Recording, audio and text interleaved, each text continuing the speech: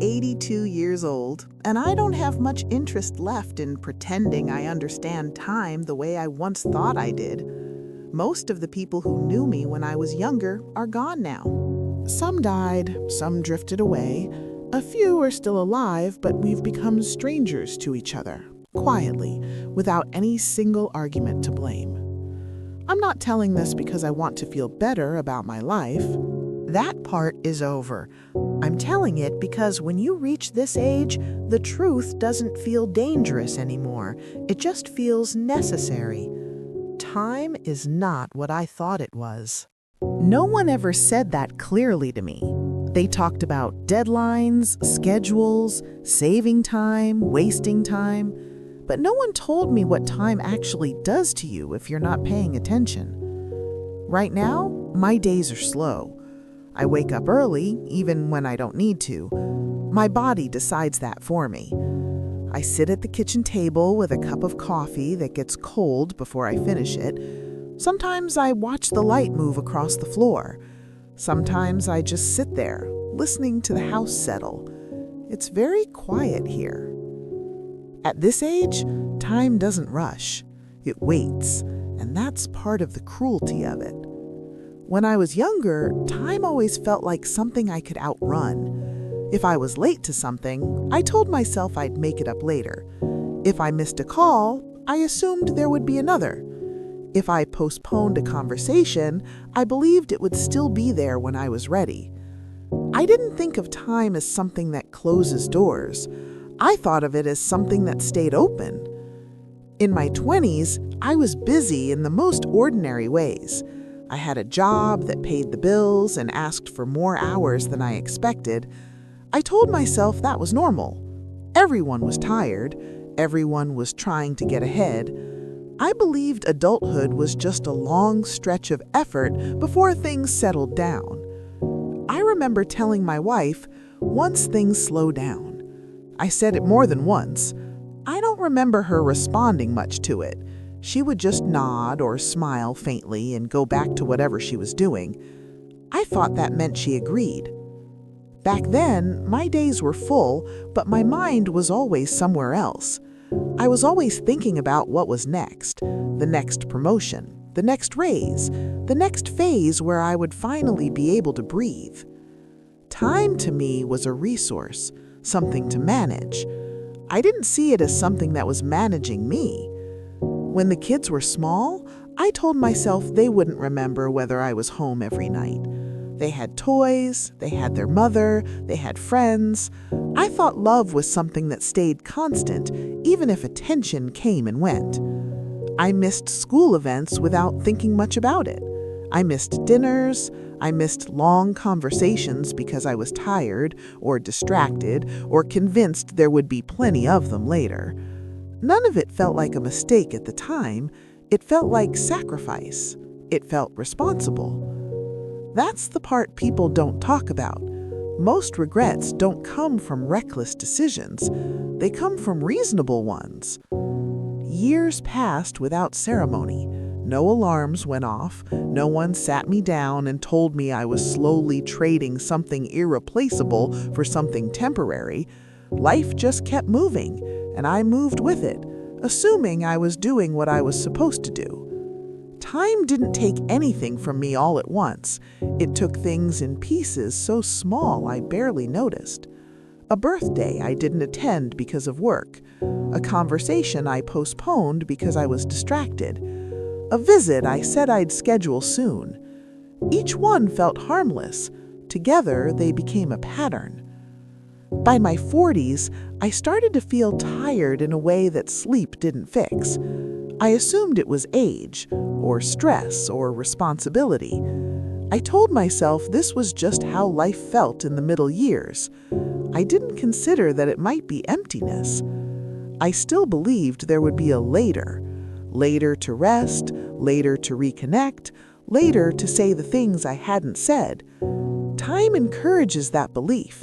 It doesn't argue with you. It lets you assume. My wife and I grew quieter with each other. Not cold, just quieter. We shared space more than thoughts. I noticed it, but I didn't panic. Long marriages change, I told myself. This was normal. We never had a big fight about it. That's another thing people don't warn you about. Relationships don't always end with explosions. Sometimes they end with silence that becomes permanent. I thought we had time to fix it. Then one day, time stopped cooperating. She got sick. Not suddenly, not dramatically, just enough that everything shifted. Doctor visits replaced routines, worry replaced plans. I told myself we would talk about us when things stabilized. They never did. I remember sitting in a hospital chair, listening to machines hum, thinking about all the ordinary conversations we never finished.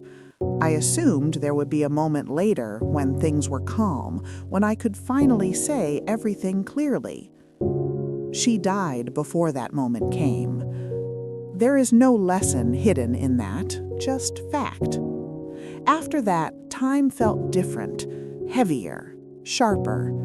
I started to notice it instead of assuming it, but by then it had already done most of its work. The house felt wrong without her, too large, too quiet. I found things she had written years earlier and realized I didn't recognize parts of her handwriting anymore.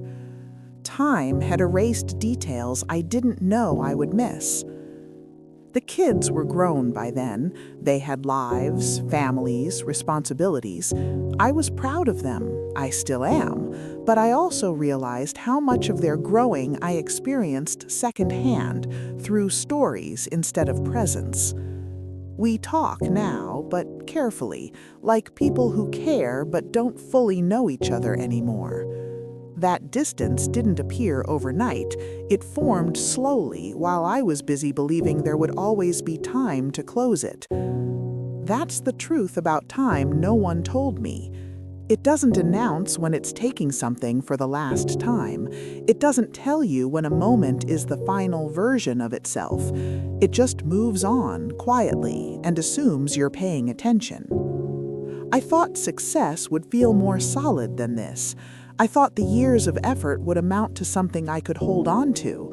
But when you're old, achievements don't sit with you at night. People do, or the absence of them does. There are things I cannot fix now, not because I don't want to, but because time doesn't allow it. Some conversations only exist in memory. Some apologies have nowhere to land. I don't torture myself over it. That kind of suffering runs out of energy eventually. But I do live with the weight of knowing that I misunderstood something fundamental. Time is not generous. It is fair in a way that feels almost impersonal. It gives you moments and then moves on whether you use them or not. If you're listening to this and you're younger than me, I won't tell you what to do. I don't know your life. I only know mine. I know that I kept waiting for a version of life where everything slowed down enough for me to finally show up fully. That version never arrived. I know that presence feels inefficient when you think time is abundant. It feels expensive. It feels like something you can postpone. You can't. I also know that most of what mattered didn't announce itself as important at the time. It looked ordinary. A conversation at the table, a quiet evening, a shared silence that didn't need to be filled. Those were the moments time was offering me something real. I just didn't recognize the offer. Now, at 82, my remaining time is modest. I don't say that with drama, it's just arithmetic. I try to use it differently. I sit with memories instead of rushing past them. I say what I mean sooner. I don't assume I'll get another chance to clarify.